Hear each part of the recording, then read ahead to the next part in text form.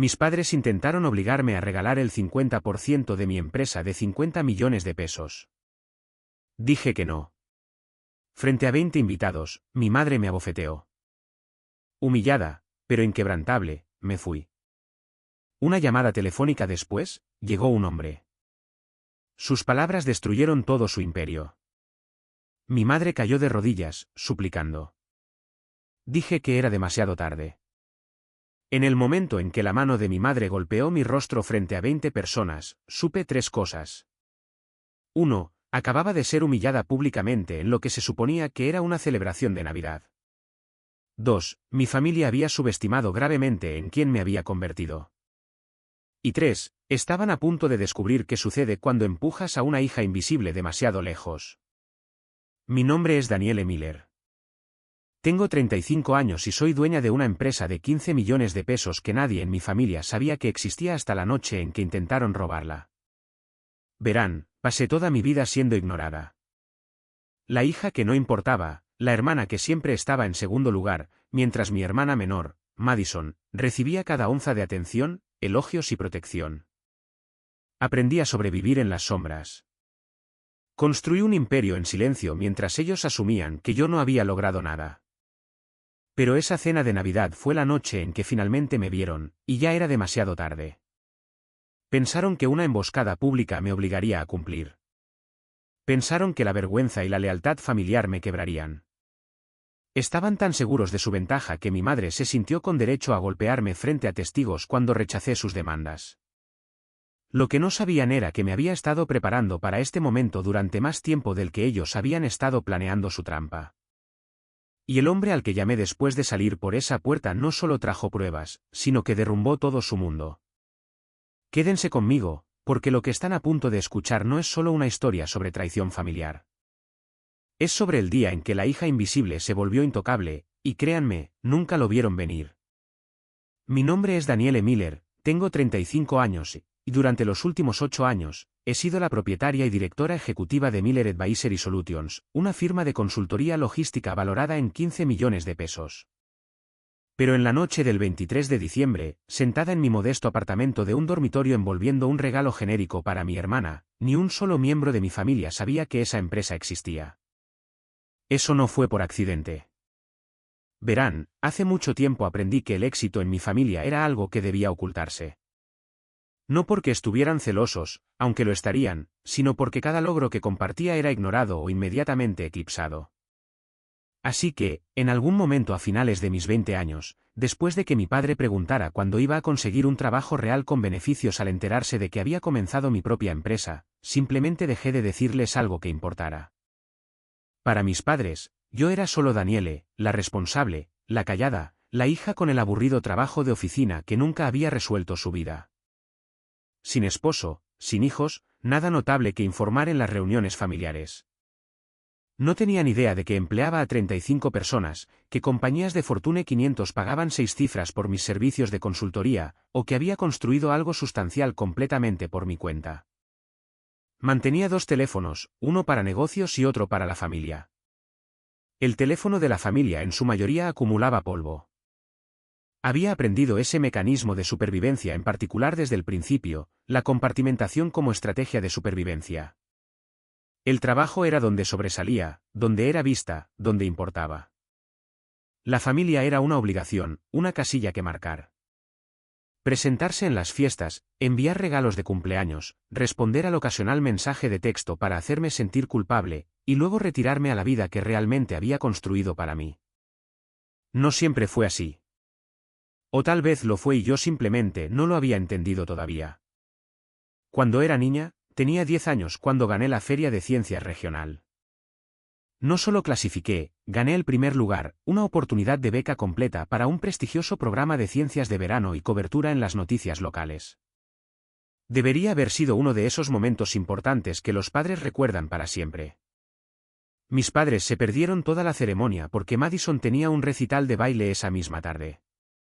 Madison tenía 8 años, no se ubicó, ni siquiera llegó a las 10 mejores, pero estaba allí con su pequeño disfraz y los necesitaba.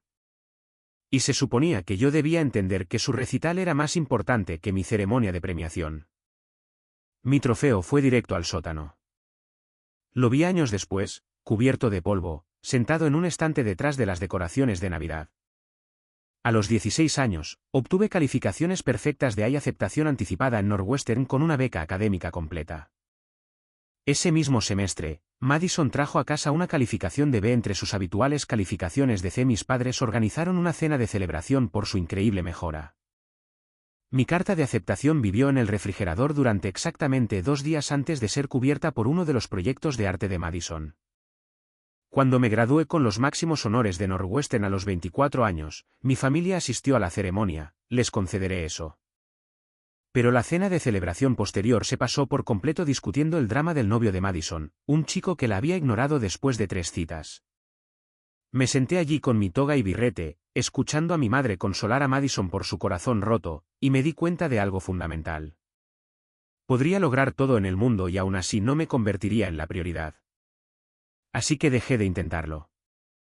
Construí mi vida en silencio en los márgenes de su atención, y la construí bien. Pero esa noche de diciembre, mientras conducía hacia la casa de mis padres en los suburbios de Illinois para la cena de Navidad, algo se sentía diferente.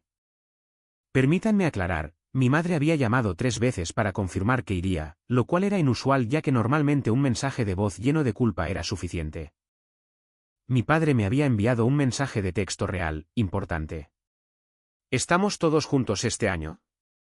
Mi padre apenas sabía cómo enviar mensajes de texto. Llegué a la casa a las 6 en punto.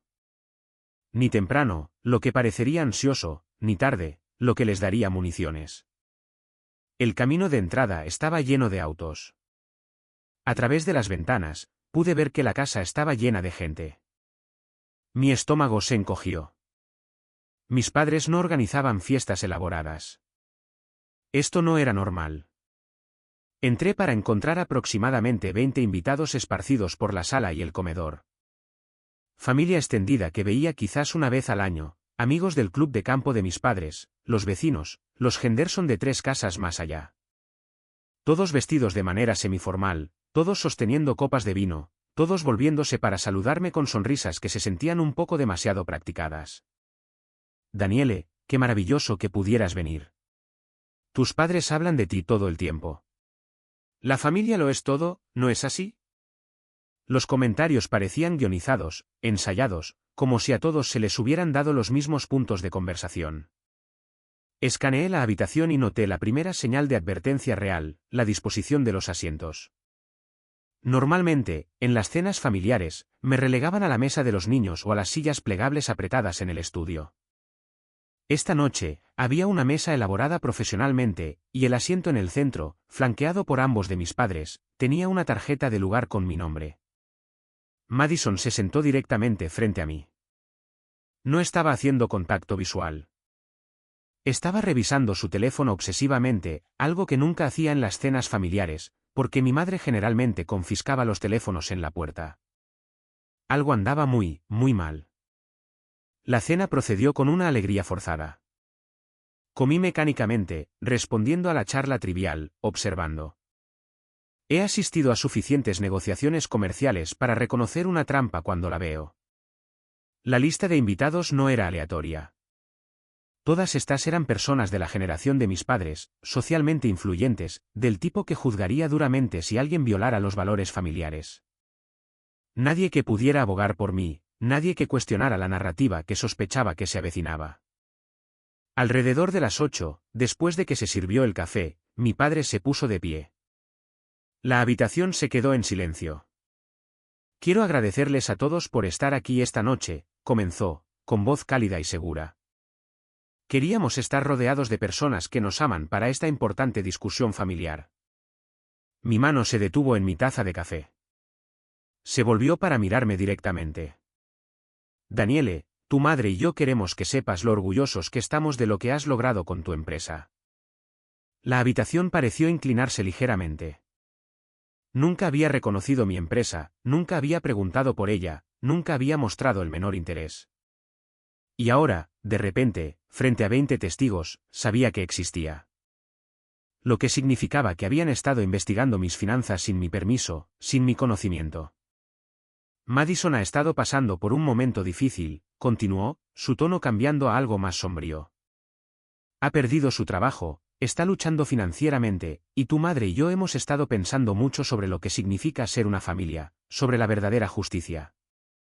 Sentí que todas las miradas de la habitación se volvían hacia mí. Madison necesita ayuda y tú estás en posición de brindarla.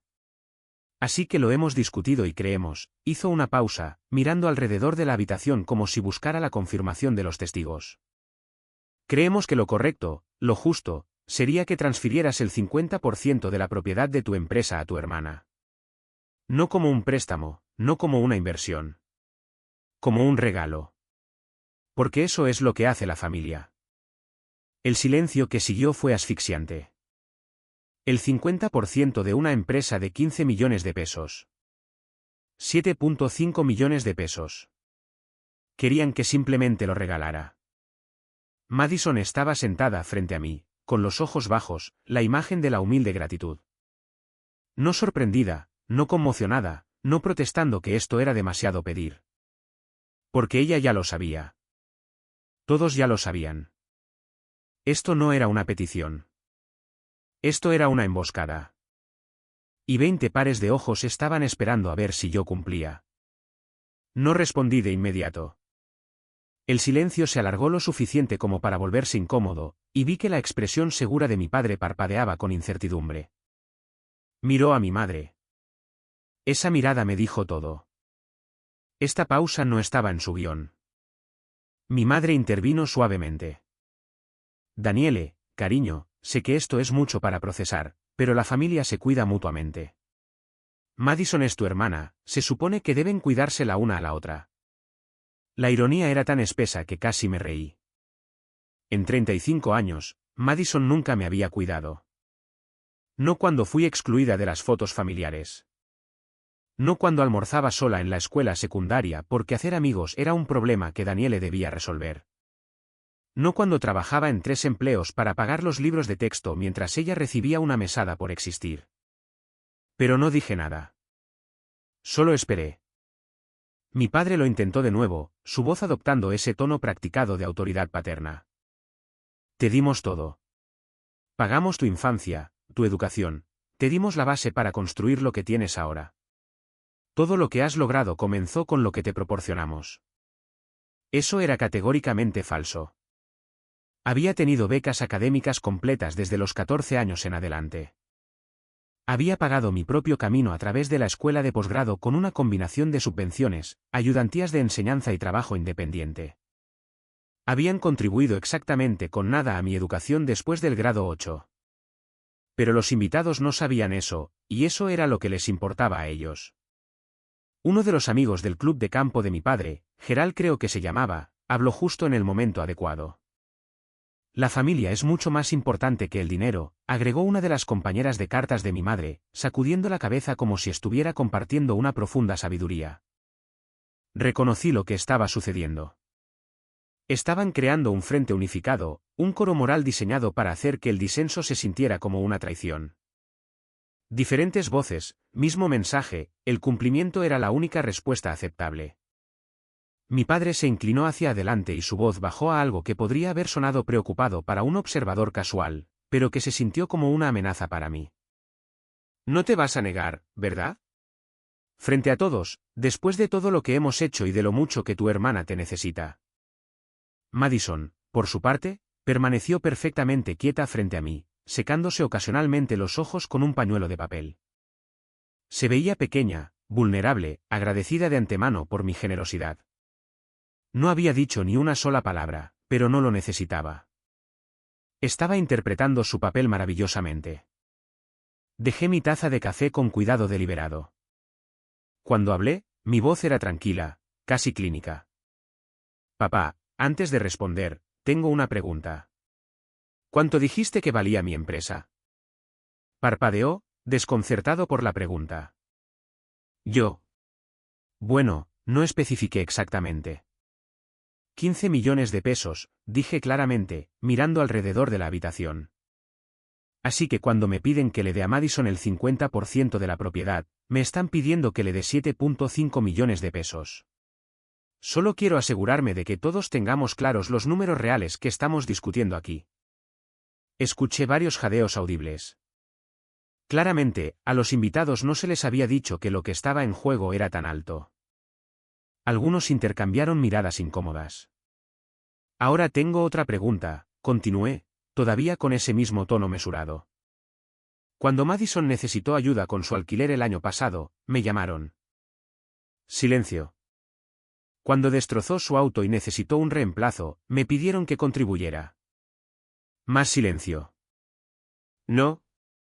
Ustedes pagaron por esas cosas. Pero ahora que la cantidad es lo suficientemente grande como para resolver no solo los problemas de Madison, sino presumiblemente sus propias preocupaciones financieras también, de repente es una obligación familiar. El rostro de mi padre se puso rojo. Nos merecemos esto, espetó, y pude ver cómo se agrietaba la máscara. Te criamos, te dimos la vida. No existirías sin nosotros. Nos lo debes. Ahí estaba. Merecemos. Oh, no era Madison necesita, ni la familia ayuda a la familia. Era nos merecemos esto y nos lo debes. He cumplido con mis obligaciones, dije en voz baja. Me presento en las fiestas, envío regalos de cumpleaños, respondo cuando llaman. He sido una hija obediente, pero no les debo el trabajo de mi vida. La voz de mi madre se volvió de hielo. ¿Es eso lo que somos para ti, Daniele? ¿Obligaciones? Me puse de pie y tomé mi abrigo. La respuesta es no. La habitación estalló. Las voces se superponían, atacando desde todas las direcciones. ¡Qué egoísta! Después de todo lo que han hecho por ti. No lo puedo creer. Mi padre también se puso de pie, su silla raspando ruidosamente contra el piso. Siéntate. No hemos terminado con esta conversación. Sí, dije, colgando mi abrigo sobre mi brazo. ¿Lo hemos hecho? Di 3 pasos hacia la puerta antes de que mi madre cruzara la habitación en un borrón de movimiento. Su mano conectó con mi rostro en un crujido agudo que resonó a través del comedor de repente silencioso. Mi cabeza se giró hacia un lado. Mi mejilla ardía. 20 personas se congelaron, con los tenedores a medio camino de las bocas, las copas de vino suspendidas en el aire. Nadie intervino. Nadie se asombró por la violencia. Se asombraron de mí, de cualquier cosa que hubiera hecho para provocar tal respuesta. No me toqué la cara, no lloré, no les di la satisfacción de una reacción. Solo miré a mi madre, realmente la miré, y dije en voz baja, gracias. Parpadeó, confundida. ¿Qué? Gracias por finalmente ser honesta sobre lo que soy para ti. Me volví para dirigirme a la habitación en general. Todos ustedes querían un espectáculo esta noche. Espero que lo hayan disfrutado. Por favor, no dejen que interrumpa el postre. Salí. Nadie intentó detenerme. En mi auto, me senté en el camino de entrada oscuro durante 5 minutos, con las manos en el volante, mirando a la nada. No estaba llorando. Estaba pensando. Algo no cuadraba. ¿Cómo sabían que mi empresa valía 15 millones de pesos? Nunca se los había dicho. ¿Por qué exigir la propiedad en lugar de simplemente pedir dinero? ¿Por qué esta noche, con todos estos testigos? ¿Por qué estaban tan seguros de que cumpliría? Mis instintos comerciales se activaron, anulando el ruido emocional. No solo se sentían con derecho a ello, estaban desesperados. Y las personas desesperadas no hacen planes elaborados como este a menos que crean que tienen influencia. Encendí el auto, pero no conduje a casa. Conduje a mi oficina en el centro, el único lugar que siempre se había sentido seguro. Saqué mi teléfono de negocios y marqué un número que había tenido retenido durante 3 años. Martín, soy Daniele Miller. Necesito una auditoría exhaustiva. Todo lo que tenga mi nombre, informes de crédito, registros de propiedad, documentos de préstamos, registros comerciales. Cualquier cosa a la que esté vinculada y que no haya autorizado personalmente. Pagaré tarifas de urgencia. ¿Debería preguntar de qué se trata esto? La voz de Martín Chen era profesionalmente neutral, pero podía escuchar la preocupación debajo. Familia, dije rotundamente. No se diga más. Empezaré esta noche. Mientras colgaba, miré el horizonte de Chicago y susurré a mi reflejo en la ventana: cualquier ventaja que crean que tienen, están a punto de arrepentirse de usarla. 48 horas después, Martin Chen se sentó frente a mí en la sala de conferencias de mi oficina con una carpeta manila que parecía demasiado delgada para la cantidad de daño que sospechaba que contenía. No te va a gustar esto, dijo, que nunca es como quieres que comience una auditoría forense.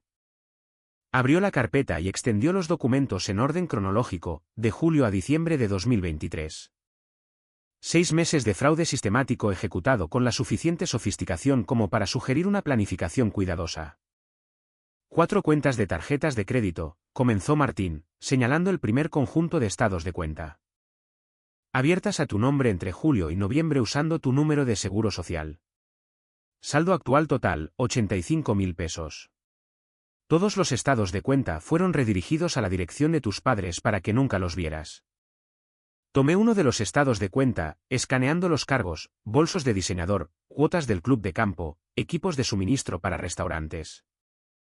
Los patrones de gasto de Madison eran fáciles de identificar. Nunca había conocido una marca de lujo que no quisiera poseer. Los cargos de mis padres eran más prácticos, pero igual de condenatorios. Préstamo personal por 150.000 pesos originado en septiembre, continuó Martín. Estás en la lista como coprestataria. Tu firma fue falsificada en los documentos. Aunque es una falsificación decente, claramente fue practicada. El préstamo está actualmente en buen estado porque están haciendo los pagos. Pero si incumplen, eres legalmente responsable por el monto total. Mi estómago se apretó. 150.000 pesos de responsabilidad de los que no sabía nada. Hay más. En octubre, alguien presentó documentos ante el registrador del condado, intentando agregarte como copropietaria al 50% del condominio de tu hermana. El propósito parece ser la evasión de impuestos, reclamando la exención de propiedad familiar 2 veces. La presentación fue rechazada debido a una notarización incompleta. Así que técnicamente este fraude no tuvo éxito. Pero muestra la intención. Y no se detuvieron ahí. No, dije, viendo hacia dónde iba esto. Entre agosto y octubre, tu padre enumeró a Miller Advisory Solutions como referencia comercial en 3 solicitudes de préstamos separadas. Nunca se comunicó con tu empresa, nunca pidió permiso, solo usó el nombre y la reputación. Uno de esos préstamos, por 45.000 pesos, fue aprobado en parte debido a la posición de tu empresa. Martín se reclinó, con expresión sombría. Esto no es un fraude oportunista, Daniele. Esto es sistemático. Alguien investigó exactamente lo que podía hacer con tu identidad, lo ejecutó en múltiples frentes y lo cronometró perfectamente. Crearon una red de responsabilidad a tu alrededor. Influencia, dije en voz baja. Si rechazaba su demanda, podrían amenazar con denunciarme por un fraude que no cometí. Para cuando probara mi inocencia, el daño ya estaría hecho. Exactamente. Y si las autoridades lo descubrieran primero, serías tú quien enfrentaría los cargos hasta que pudieras demostrar lo contrario. Miré fijamente los documentos esparcidos sobre la mesa, sintiendo que algo frío se instalaba en mi pecho. Esto no era solo una disfunción familiar, era un acto criminal calculado, diseñado para destruirme si no cumplía.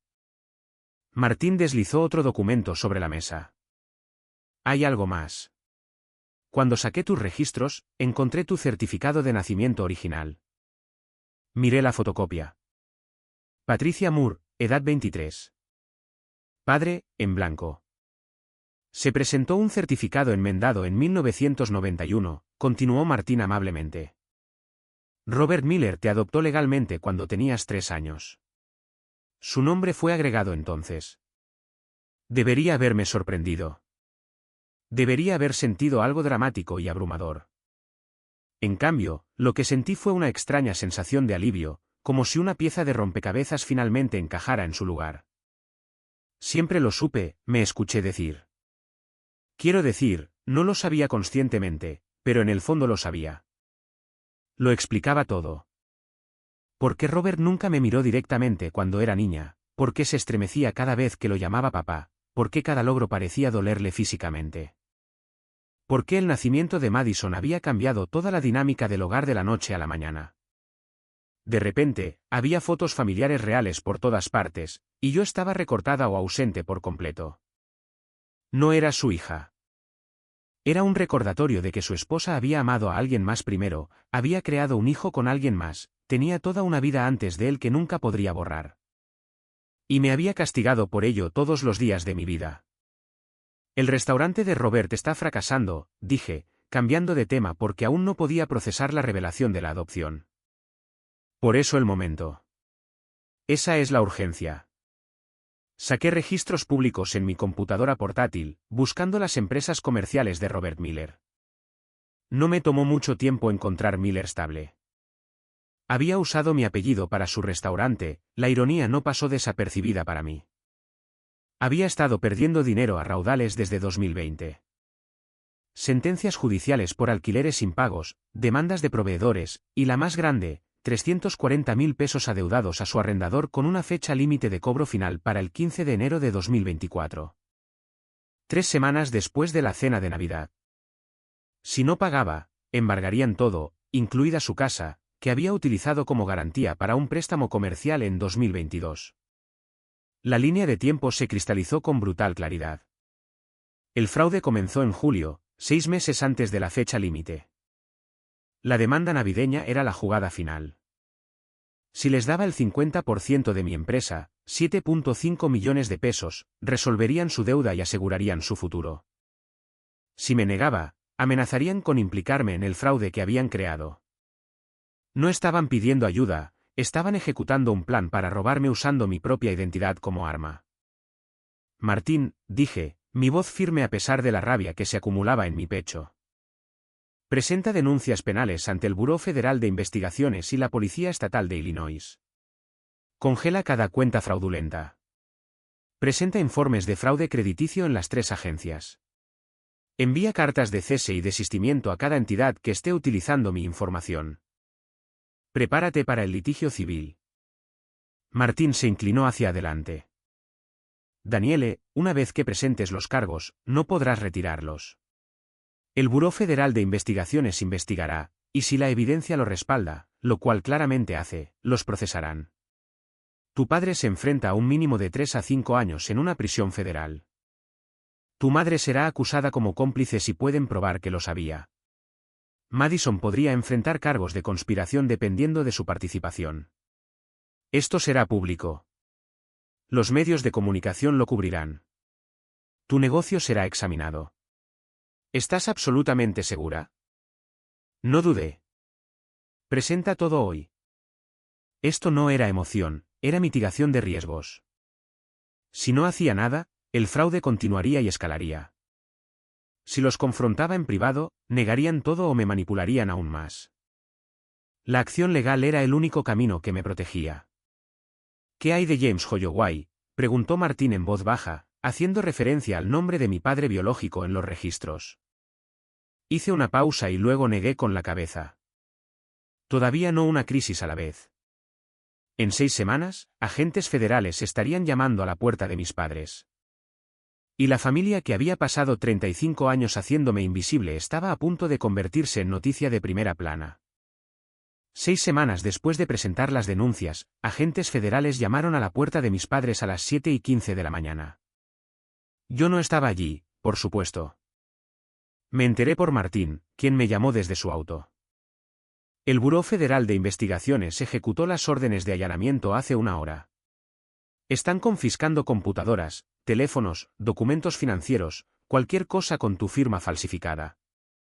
Me senté en mi escritorio, el café enfriándose en mi mano, tratando de procesar lo que había puesto en marcha. Esto era real ahora. Irreversible.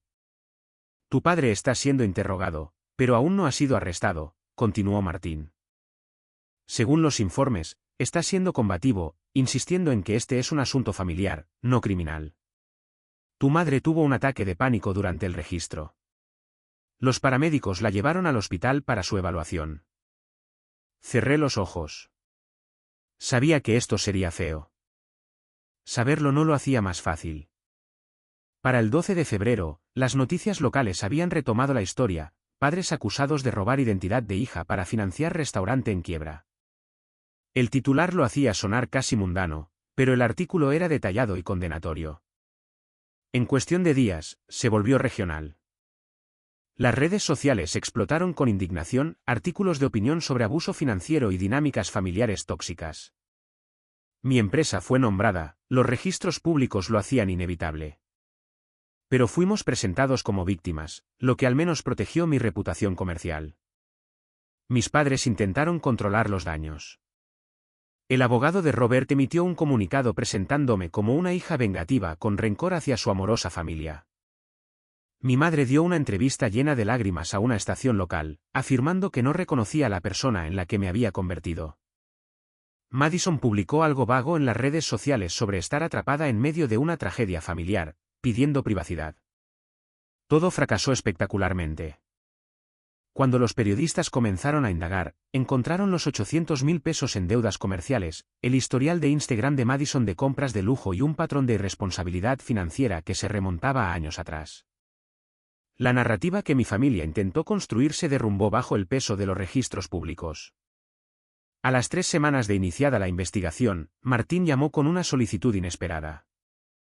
Madison quiere reunirse contigo. Se enfrenta a posibles cargos de conspiración relacionados con el esquema del condominio y quiere hablar. Absolutamente no. Escúchame, dijo Martín cuidadosamente. Si ella está dispuesta a testificar contra tus padres, eso fortalece significativamente el caso de la fiscalía. También reduce su responsabilidad.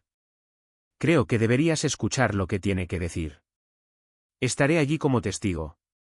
Todo documentado. No tienes que perdonarla, solo escúchala. Acepté de mala gana reunirme en la oficina de Martín. Terreno neutral, todo registrado. Madison llegó luciendo como alguien que apenas reconocía.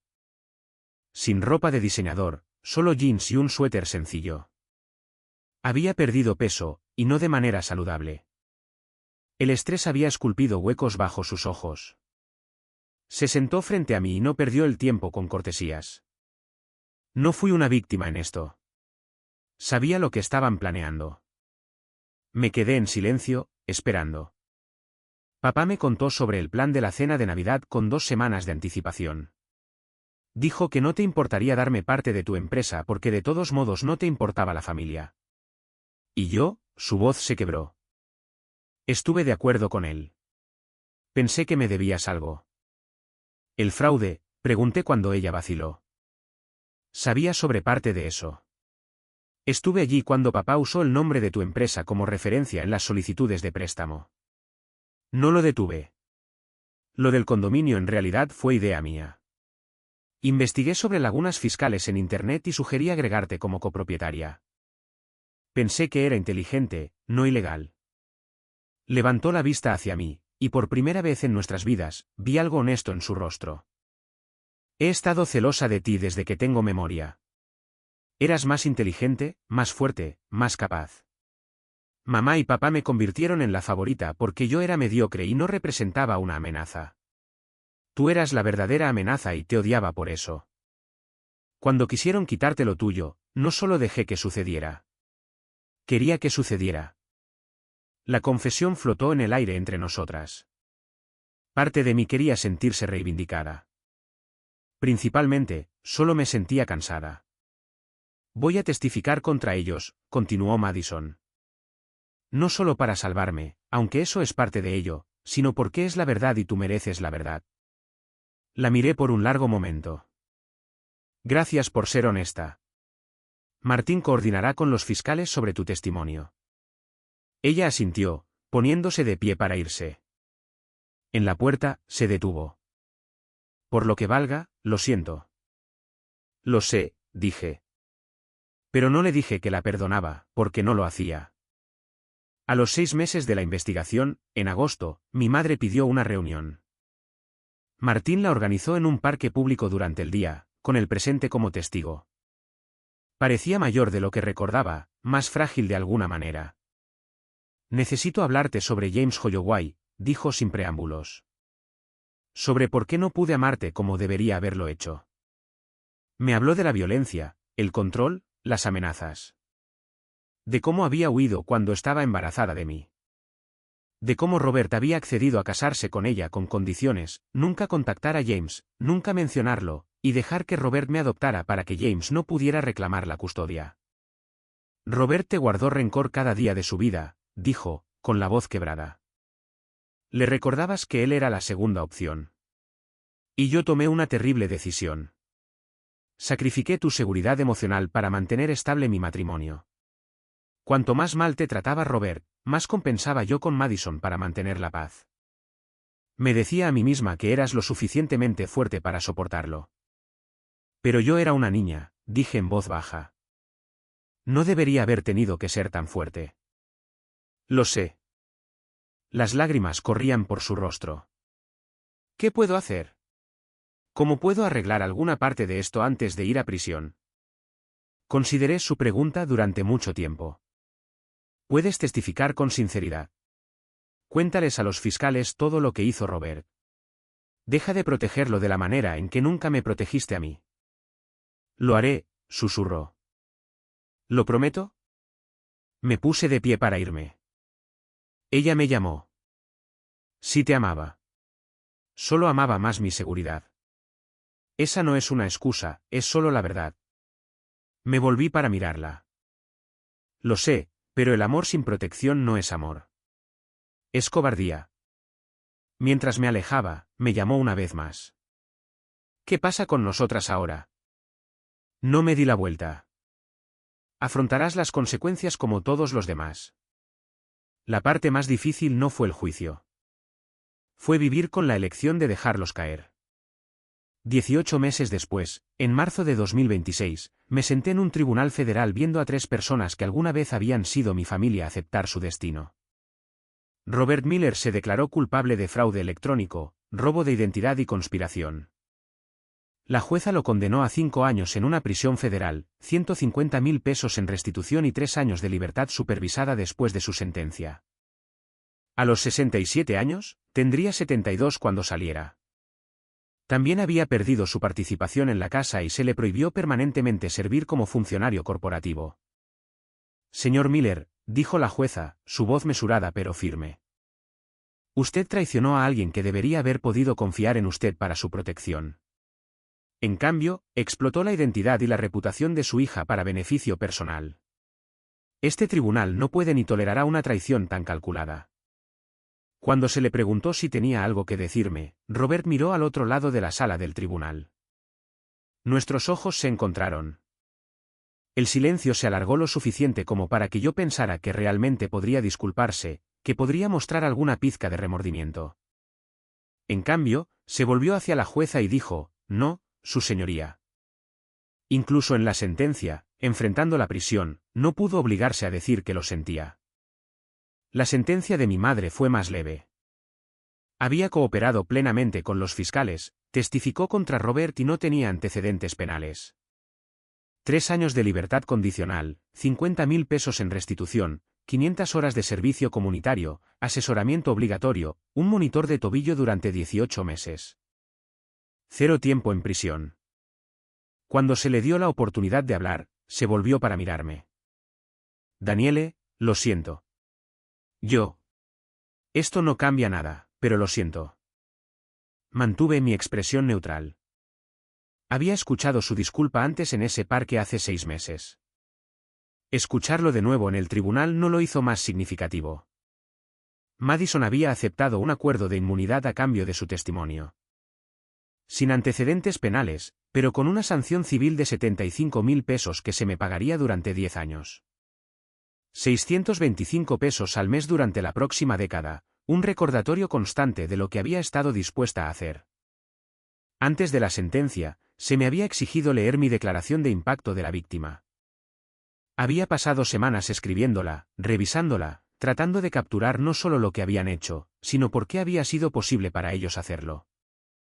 Desde la infancia, leí, mi voz firme a pesar del peso de 20 años de dolor al encontrar cada palabra, aprendí que no era una prioridad. Pequeños momentos perdidos, eventos escolares ignorados, logros donde los elogios siempre eran redirigidos a mi hermana. Cada instancia lo suficientemente menor como para descartarla, pero colectivamente me enseñaron que yo no importaba. Había visto a Robert mirar la mesa, visto a Patricia llorar en silencio, visto a Madison cubrirse la cara con las manos. Cuando descubrí el robo de identidad, mi primer pensamiento no fue enojo. Fue, por supuesto. Por supuesto, vieron mi éxito como suyo para reclamar. Había sido invisible para ellos toda mi vida, ¿por qué mis logros serían diferentes? Describí la cena de Navidad, la humillación pública, la mano de mi madre en mi rostro mientras 20 personas miraban y nadie intervenía. El fraude fue la prueba final, había concluido. Nunca fui familia. Fui un activo. Pasaron 3 años antes de que realmente entendiera que la sentencia no era el final. Era solo el comienzo de construir algo nuevo. Para 2029, a los 38 años, había hecho crecer Miller Advisory Solutions en un 20%. Ahora teníamos 45 empleados. Pero lo que es más importante, había lanzado la Fundación Hija Invisible, dedicada a empoderar a las mujeres jóvenes de familias disfuncionales para construir vidas independientes. Proporcionamos becas comerciales, programas de tutoría, asistencia legal para quienes escapan del abuso financiero y estipendios de terapia. Habíamos ayudado a 30 mujeres hasta ahora, y cada una de sus historias hacía eco de partes de la mía. Cuando me invitaron a hablar en la Cumbre de Mujeres y Liderazgo en Chicago, la invitación se sintió como cerrar un círculo. Mi tema, construir el éxito bajo tus propios términos cuando la familia no puede ser tu base. Entre bastidores, revisando la lista de asistentes, vi el nombre de Madison. Estaba trabajando en el lugar como coordinadora de eventos. La vi al otro lado de la habitación mientras me preparaba para subir al escenario. Levantó la vista, me vio y dio un pequeño y respetuoso asentimiento. Le devolví el asentimiento. No hablamos. No lo necesitábamos. La dinámica era clara. Ella estaba viviendo con las consecuencias, reconstruyendo lentamente una vida basada en sus propios esfuerzos. Yo había seguido adelante. No habría reconciliación, pero había un reconocimiento mutuo. Eso era suficiente. Después de mi discurso principal, encontré una carta esperando en mi oficina, enviada por mi abogado. James Holloway, mi padre biológico, había muerto 2 meses antes a los 64 años por una enfermedad cardíaca. Me había dejado todo, un fondo fiduciario valorado en 580.000 pesos, una modesta casa en Oregón y una carta con instrucciones de entregarla solo después de su muerte. Me senté con esa carta durante 3 días antes de poder leerla. Cuando finalmente lo hice, no encontré excusas, sino un reconocimiento honesto. Admitió la violencia que había alejado a mi madre. Describió años de terapia, sobriedad y trabajo comunitario. Explicó por qué nunca me había contactado directamente, no había querido interrumpir mi vida ni causarle más miedo a mi madre. No espero perdón, había escrito. Pero quiero que sepas que estoy orgulloso de ti. Después de discutirlo en terapia, decidí aceptar 300.000 pesos para la fundación y donar 200.000 pesos a organizaciones de violencia doméstica. Vendí la casa y doné esas ganancias a programas de rehabilitación para hombres. Él no podía comprar el perdón, pero había cambiado. Eso importaba. No lo suficiente para absolverlo, pero lo suficiente para reconocerlo. Ahora, en una tarde de noche en mi oficina de la esquina, reviso las solicitudes de becas de mujeres jóvenes que escriben sobre cómo escapar de familias tóxicas. Me veo a mí misma en cada ensayo. Mi teléfono suena. Emma, una amiga que conocí en un grupo de terapia hace años. ¿Cena esta noche? Mi primer instinto es declinar. Trabajo, terminar solicitudes, revisar. Los viejos patrones de adicta al trabajo tardan en morir. Pero me detengo. Sí, allí estaré. Cierro mi computadora portátil y salgo a la noche de Chicago. Robert todavía está en prisión. Los pagos mensuales de Madison llegan como un reloj. Patricia envió una carta el mes pasado que nunca abrí. Algunas relaciones no se pueden salvar, y eso está bien. Me criaron para ser invisible. Nunca imaginaron que me volvería intocable. Pasé 35 años aprendiendo a ser invisible. Pasaré el resto de mi vida enseñando a otras a ser vistas. La historia de Daniele nos enseña algo profundo. Protegerte a ti mismo no es crueldad, y establecer límites no es traición. Durante 35 años intentó ganarse el amor siendo pequeña, callada y poco exigente. Pero el amor verdadero no requiere que desaparezcas. A veces, la cosa más valiente que puedes hacer es negarte a sacrificarte por personas que te ven como un recurso, no como una persona. La familia debería ser tu base, no tu carga. Y cuando se convierten en esto último, alejarte no es rendirte, es elegirte a ti mismo. Daniele no ganó porque destruyó a su familia. Ganó porque finalmente entendió que su valor no dependía de la aprobación de ellos. Si esta historia resonó contigo, suscríbete para escuchar más historias sobre fuerza, justicia y recuperación de tu poder. Deja un comentario abajo. ¿Alguna vez has tenido que elegirte a ti mismo por encima de las expectativas familiares? ¿Cómo encontraste el coraje? Tu historia podría ayudar a alguien más a dar ese primer paso. Gracias por escuchar.